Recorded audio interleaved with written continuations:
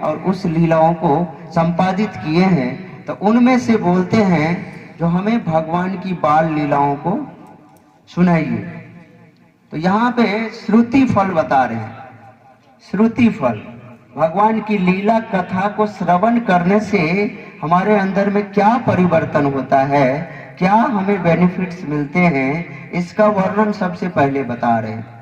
कह रहे हैं कथा श्रवण करने से मन की ग्लानि दूर हो जाती है।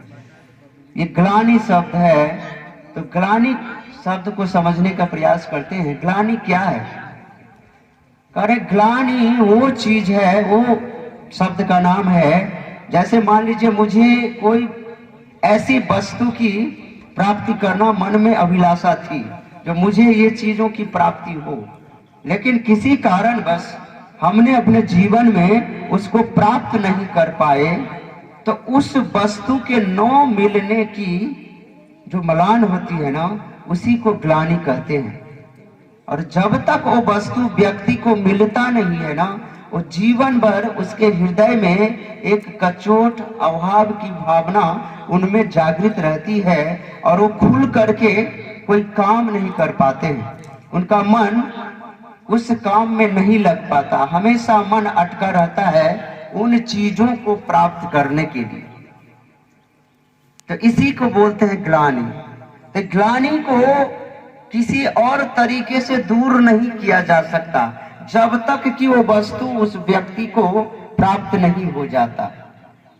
अगर ग्लानि को दूर करना है तो ये श्रीमद् भागवतम में भगवान की बाल लीलाओं की जो कथा है, उसको अगर कोई व्यक्ति बार बार श्रवण करता है ना, तो ये ग्लानि धीरे धीरे ऑटोमेटिक हृदय से चली जाती है।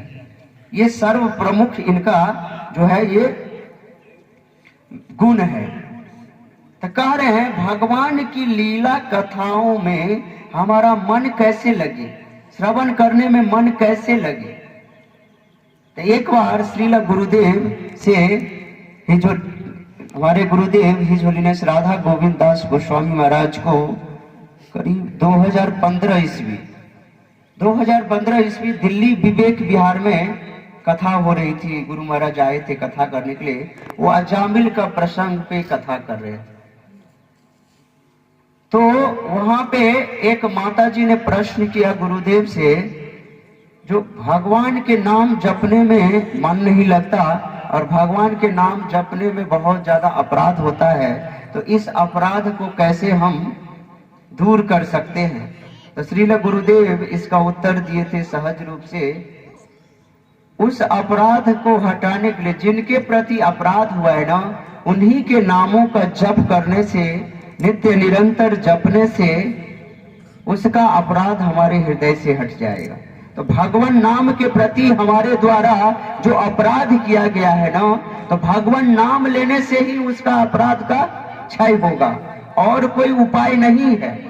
अगर हमें भगवान की लीला कथाओं को श्रवण करने में अपने मन को लगाना है, तो नित्य निरंतर हमें भगवान की लीला कथाओं को ही श्रवण करना पड़ेगा और कुछ नहीं करना पड़ेगा। तभी हमारा मन इस भगवान की लीला कथाओं में लगेगा, नहीं तो नहीं लगेगा।